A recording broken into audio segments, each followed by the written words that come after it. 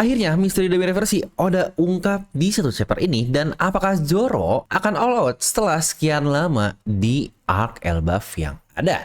Nah, guys, sebelum sini kali ini kita akan mereview One Piece untuk chapter 1176 yang akhirnya One Piece nggak libur karena minggu lalu muncul, sekarang langsung muncul lagi.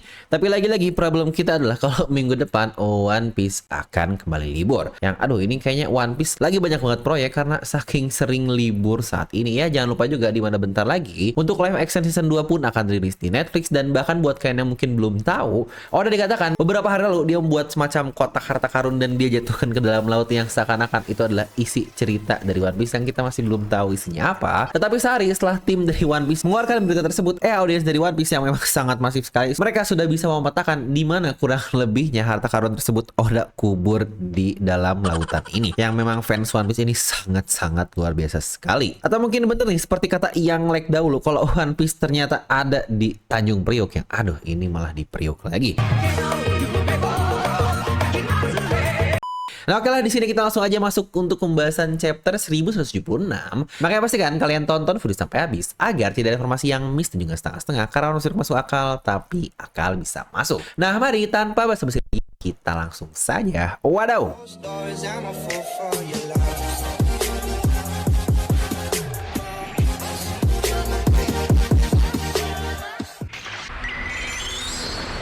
Nah, di mana chapter sendiri berjudul With Great Pride atau rasa hormat yang tinggi. Dan kita pun sini mendapatkan color spread khusus nih yang udah remake dari cover komik volume 12. Yang ada nggak ya kayak komiknya? Ternyata komik kayak di rumah di Bandung, bukan di sini. Jadi ya lagi-lagi buat kalian bisa lihat langsung aja bentukannya seperti apa. Tapi di versi baru ini Oda menambahkan semua kru baru sampai dengan Jinbei. Yang jangan lupa ya, di komik volume 12 adalah komik pertama kali ketika kita sampai atau pergi ke Grand Line. Yang saja cover ini tribute juga untuk One Piece live action season kedua, karena bukankah dimulainya dari volume 12 yaitu mereka akhirnya sampai dan mau masuk ke Grand Line juga.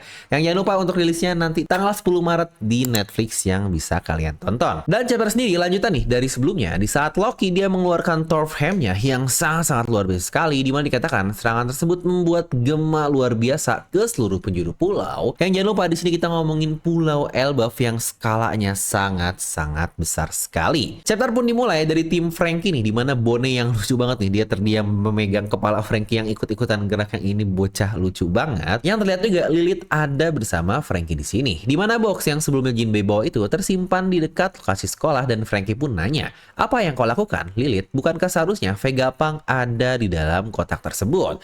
Dan Lilith pun mengeluarkan alat yang ada di dalamnya, dan alat tersebut bernama Odyssey atau Omni Drain Converter. Dia pun melanjutkan, "Kau juga seharusnya bisa menggunakan hover alias sepatu terbang yang kita lihat di Pulau Egghead lalu." Karena sebelumnya Lilith berkata kalau udara atau mungkin energi yang ada di Egghead dan ada di Elbaf juga memiliki energi yang serupa. Dan di sini pun Lilith menambahkan, "Karena bisakah kau merasakannya? Energi benar-benar mengalir deras di seluruh tempat di pulau ini. Apa kau pernah menggunakan hal selain cola untuk dapat bergerak, Franky?" Dan kita pun berpindah lagi ke tim dari Nami, di mana api sudah mulai menjalar lebih luas nih, di mana mereka pun panik yang berkata ini pasti mimpi buruk. Apakah dunia benar-benar akan berakhir? Kau lihat naga baru saat itu jauh lebih besar dibandingkan dengan Kaido, tetapi Luffy malah ada di belakangnya dan menaiki naga tersebut. Apakah berarti dia adalah teman? Dan Nami pun menjawab, si bodoh itu selalu melakukan apapun yang ada di pikirannya. Dan Zeus, apakah kau sekarang sudah siap? Dimana terlihat juga ya di sini Saul masih dalam keadaan terkapar, terluka pasca pertarungannya sebelumnya melawan Somers.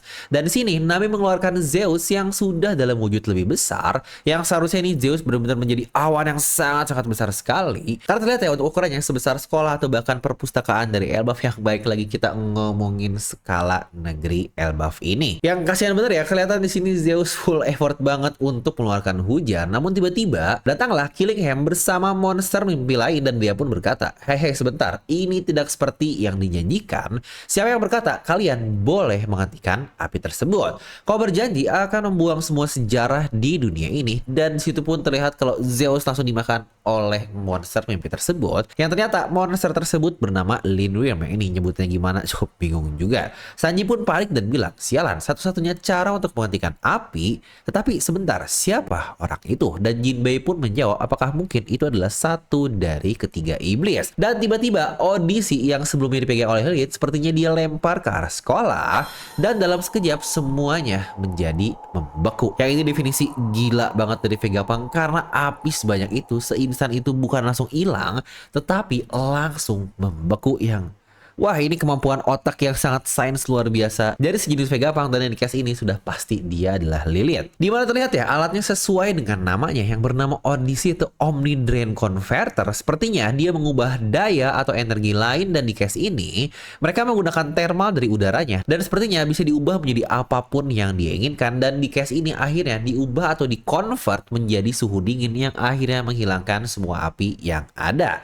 Yang wah, ini gokil banget sih untuk alatnya, karena di sini pun kita lihat lagi kalau alat ini bisa menggunakan hal lain yang nantinya digunakan oleh Franky juga. Dimana di sini pun tentu saja semuanya sangat kebingungan karena kok tiba-tiba semuanya membeku seperti itu. Dan Lilith pun hanya santai dan berkata, bencana alam tidak lain hanyalah sekumpulan energi, dan dia pun memasukkan cola Franky tadi ke alat dari Odyssey ini. Di sini pun Lilith berkata lagi, Franky, coba gunakan cola ini. Ini adalah Super Vega Cola. Kau memiliki mekanisme yang dibentuk secara luar biasa, yang bahkan di sini pun kata yang digunakan adalah brilliantly engineer. Yang wah, ini seakan-akan Franky emang engineer yang luar biasa. Yang bahkan di sini pun Lilith seakan-akan mengapresiasi karena dikatakan tubuh Franky setara dengan pasifista. Yang bukankah itu saja sudah OP sekali. Namun di sini Lilith pun menambahkan lagi, tetapi aku cukup kaget ketika mendengar kalau kau menggunakan cola tua. Dengar Franky, bensin adalah passion, dan jika kau minum hal tersebut kemampuanmu akan meledak. Yang apakah ini akan dua jadi meme lagi. Dimana Zeus yang ada di perut monster tersebut pun meminta tolong kepada Nami, dan Robin bersama Saul dia masih berusaha untuk mencapai ke perpustakaan Elbaf tersebut. Yang tentu saja alasannya jelas ya, karena buku-bukunya kebanyakan buku dari negeri Ohara tempat Robin sendiri. Namun di sini Killingham yang menyadari hal tersebut, dia pun menyuruh monster mimpi tadi untuk memakan perpustakaannya, dan jangan biarkan mereka memiliki harapan. Karena pada akhirnya dunia baru hanya bisa terlahir kalau kita menghapus dunia lama, yang logiknya benar juga. Jinbei pun di sini terlihat ya, dia berenang di pantai dekat tersebut dan berkata untuk menyerahkan Zeus kepadanya. Aku akan membuat monster tersebut membutakan Zeus dengan kekuatannya. Killingham pun terlihat jijik melihat Jinbei dengan berkata, oh lihatlah, itu adalah Fishman, ras paling menjijikan di dunia ini yang membuatku bahkan ingin muntah. Untungnya aku menggunakan masker. Ya, hal ini pun sebenarnya sudah kita bahas sebelumnya, yang sepertinya terkonfirmasi di chapter ini kalau Killingham dia benar-benar bisa terbang ya. Karena bukankah terlihat sebelumnya kalau dia seakan-akan berjalan di atas, tetapi seakan-akan ada awan yang dia injak untuk bisa terbang di atas, yang kurang lebih mungkin konsepnya mirip seperti naga dari Kaido. Nah, di sini Sanji yang mendengar kata-kata Killingham pun dia sangat kesal sekali. Hal-hal orang terpilih, kau benar-benar seperti Tenryubito. Apakah kepalamu terlalu besar? Bahkan kau tidak bisa bilang jika Jinbei adalah mantan si Chibukai. Kau berdosa karena sudah menghina nakamaku, dan sepertinya sudah saatnya aku membuat lubang akuarium di kepalamu tersebut. Dan di saat bersamaan Franky tiba-tiba melompat, yang ini definisi lompatannya sangat tinggi sekali, yang pastinya kekuatan dari Super Vega Cola. Dari sini pun Franky berkata, wow, ototku berteriak semua, dan dengan satu seranganku aku yakin dapat membuat monster apapun akhirnya terkabur-kabur. Yang Jinbei sendiri pun sudah siap menyerang monster mimpi pun dari bawah. Franky di arah kepala, dan Sanji dia sudah mengeluarkan Ifrit Jambe-nya. Dan boom, tonjokan Franky seakan-akan menciptakan ledakan luar biasa yang membuat kepala monster tersebut pun sampai terlepas. Yang jangan lupa ya, ini monster bagi ras raksasa aja sudah besar sekali, apalagi bagi ukuran manusia biasa seperti Franky. Dan di sisi lain, Jinbei menciptakan gelombang nih yang membuat Zeus akhirnya terempas keluar dari mulut monster tersebut. Di sisi lain, Sanji dengan cepat dia menghajar Killingham menggunakan Concast di kepalanya, yang bubble-nya pun akhirnya terpecah akibat serangan Sanji ini. Yang menariknya kalau kalian sadar, serangan-serangan ini persis nih seperti ketika di Arc Fishman Island dulu. Tetapi dulu mungkin kombonya adalah Jinbei bersama Sanji ketika melawan Onyu-Dawa atau mungkin Wadatsumi. Di sini kombonya Jinbei dengan Franky, dan Sanji sendiri melawan officernya yaitu ke God Snake-nya. Dan serangan Sanji juga bukankah mirip juga dengan serangan Sai di Marijois ketika menghajar Carlos yang sampai gepeng-gepengnya. Ini Carlos mampus banget. Tetapi bukankah gila banget banget ya, kita dapat banyak banget power up di akhir-akhir arc ini, terutama mulai dari Wano Kuni ya, di mana Zoro mendapatkan Enma, Luffy mengaktifkan Gear 5-nya, Sanji pun mengawakeningkan exoskeletonnya, Nami juga dia mendapatkan full Zeus buat dirinya yang bahkan kelima taknya menjadi hidup dan bisa bergerak sekeinginannya karena memang ada Zeus yang dihidup di dalam tak dari Nami ini. Untuk Jinbei jujur sih kita masih belum tahu ya batas kekuatannya seperti apa karena kita belum pernah diperlihatkan Jinbei menemukan lawan yang sepadan. Lalu juga untuk Robin masih belum tahu karena ya memang seharusnya Robin bukan utamanya di pertarungan. Yang bahkan MVP kita sebelumnya alias Brook pun kita masih belum diberikan lawan sepadan untuk dirinya karena bukankah sebelumnya di arc Big Mom dia menjadi MVP dan terakhir di sini dia berhadapan dengan Imu yang definisi top banget nih dari karakter Brook kita. Dan Franky di sini apakah akhirnya akan mendapatkan semacam power up juga dari Cola Super yang diberikan oleh Vegapunk atau Lilith? Dan jangan lupa juga untuk Chopper seakan-akan dia mendapatkan obat tambahan dari Caesar ketika Caesar sebelumnya berada di kapal Tosan Sunny. Yang berarti tinggal satu orang lagi yang seharusnya menjadi highlight dari arc Elbaf yang katanya akan menjadi arc dari dirinya. Tetapi sudah berapa arc satu orang ini tidak banyak berperan apa-apa dan dia adalah Usopp kita. Dari Wano, Egghead yang ngapain coba Usopp nggak banyak banget aksinya karena bukankah momen sign terakhirnya ketika di Dressrosa yang itu pun sudah cukup lama. Nah di sini pun kita berpindah lagi nih ke desa barat lokasi dari Jarul, Dory dan juga Zoro di mana mereka kebingungan mengalahkan monster-monster tersebut karena gimana pun dilukai mereka akan tetap beregenerasi. Stansen pun berkata kalau karena aku mengenal mereka semua maka melukai mereka seperti ini sangat-sangat menyakitkan. Apakah terdapat cara lain untuk menghentikan mereka semua? Di sisi lain, Dory dan Brogy yang sebelumnya saling beradu pun sepertinya pasca menerima serangan cukup parah yang masing-masingnya saling mengenai. Di sini mereka mulai mendapatkan kesadarannya secara sedikit demi sedikit karena di sini pun Brogy bertanya, "Apa kau ada di sana, Dory?" Dan Dory pun menjawab, "Ya, aku sedikit sadar." Akan sangat memalukan untuk terus hidup setelah kita mengejek ketua kita yaitu Jarwol dan lebih parah lagi kita bahkan berusaha untuk mengambil kepalanya. Dan dijawab oleh lawannya, "Aku setuju denganmu." Dan di mana mereka seakan-akan sudah saling mengerti sambil berkata kalau aku tidak akan menyembah kepada iblis. Selama tinggal Komrad beberapa ratus tahun terakhir ini cukup menegangkan sekali dan kita penjuang Elbaf yang dilihat adalah cara kematian kita yang penuh dengan hormat dan itulah yang menjadi judul dari chapter kali ini. Dari sini pun mereka langsung saling menebas kepala mereka masing-masing hingga terputus masing-masingnya. Yang tentu saja semua orang pasti kaget karena bahkan terlihat di sini Zoro pun definisi panik banget. Namun tiba-tiba persis seperti sebelumnya mereka di flip menjadi dominant versi ketika oleh awal banget Imu dan tubuhnya bukan menjadi tubuh iblis tetapi menjadi tubuh awal mereka semula seperti apa. Dan ternyata mereka masih hidup dan kembali normal. Yang tentu saja dari situ pun semuanya bisa membuat satu kesimpulan. Ternyata mereka semua harus mati ya untuk menghilangkan efek perubahan tersebut. Brogy pun berkata tubuh kita mungkin menjadi mayat berjalan. Tetapi setelah kita kembali flip lagi kita menjadi normal lagi. Hajrudin pun berkata ya berarti kita tidak perlu menahan-nahan jika kita bisa memberikan serangan fatal kepada mereka. Yang berarti semuanya akan kembali normal. Entah memotong kepalanya atau mencabik jantungnya. Dan Zoro pun bertanya, "Oh ya, berarti yang perlu kita lakukan hanya bertarung saja ya?" Namun mereka pun menjawab lagi, tidak, mereka adalah nakama kita, tidak mungkin kita bisa melakukan hal tersebut." Namun di sini pun terlihat Zoro senyum dan senang sambil berkata, "Jadi bolehkah saya yang apakah Zoro akan mengalahkan dan membunuh semua Elbaf yang ada?" Yang akhirnya kita akan diperlihatkan bagaimana Zoro serius bertarung melawan para raksasa. Di mana Elbaf pun menyuruh anak-anak untuk masuk ke rumah karena sepertinya ini bakal menjadi hal sadis membunuh nakama masing-masing dan chapter pun ditutup dari perkataan 4 Elbaf ini di mana Dory dan Brogy buat yang lupa mereka adalah kapten dari bajak laut raksasa lama sedangkan Hajrudin dan Stansen bisa dibilang mereka adalah yang paling tua ya karena mereka ini seumuran dari bajak laut raksasa baru. Mereka berkata, "Aku merasa buruk pada mereka, hati dan dadaku terasa sakit, aku benci melakukan ini tetapi itu adalah satu-satunya cara. Jadi persiapkan diri kalian." Dan chapter pun berakhir. Nah, di sini kita akan membahas sedikit sesi analisis untuk chapter 1176 yang pasti banyak dari kalian juga akan bertanya satu hal yang sama. kalau Dory dan Brogy harus mati dulu untuk menjadi normal. Kenapa? Di case Rock sebelumnya seakan-akan kemampuannya berbeda. Oke, pertama kita perlu lihat dulu ya, di mana seseorang yang di Domi Reversi itu, selain mereka mendapatkan immortality dari regenerasi, kekuatannya juga meningkat, plus tubuhnya menjadi semakin besar. Kasarnya, orang yang awalnya kuat dan di Domi Reversi akan jauh-jauh lebih kuat lagi. Makanya sekelas Dory dan Brogy itu ketika di flip mereka akan menjadi sangat-sangat berbahaya. Namun menariknya dari Oda adalah dia membuat Zoro yang bisa menengahi kedua orang tersebut, karena ketika Zoro menghajar anak buahnya yang lain dan kedua orang super kuat ini pun mau mengarah ke Zoro, untungnya Zoro sempat kabur karena tahu serangan tersebut sangat-sangat kuat sekali dan tidak bisa Zoro hentikan. Ini saya berikan translate langsung dari orang Jepang yang memang biasa mentranslatekan kalau ada hal-hal yang mungkin keliru dari translate yang kita baca, entah bahasa Inggris apalagi dalam bahasa Indonesia. Saya bisa melihat akun Sandman untuk konfirmasi hal tersebut. Dimana di momen Zoro yang akan dihajar oleh keduanya, Zoro seakan-akan berkata kalau dia tidak bisa menghentikan mereka berdua.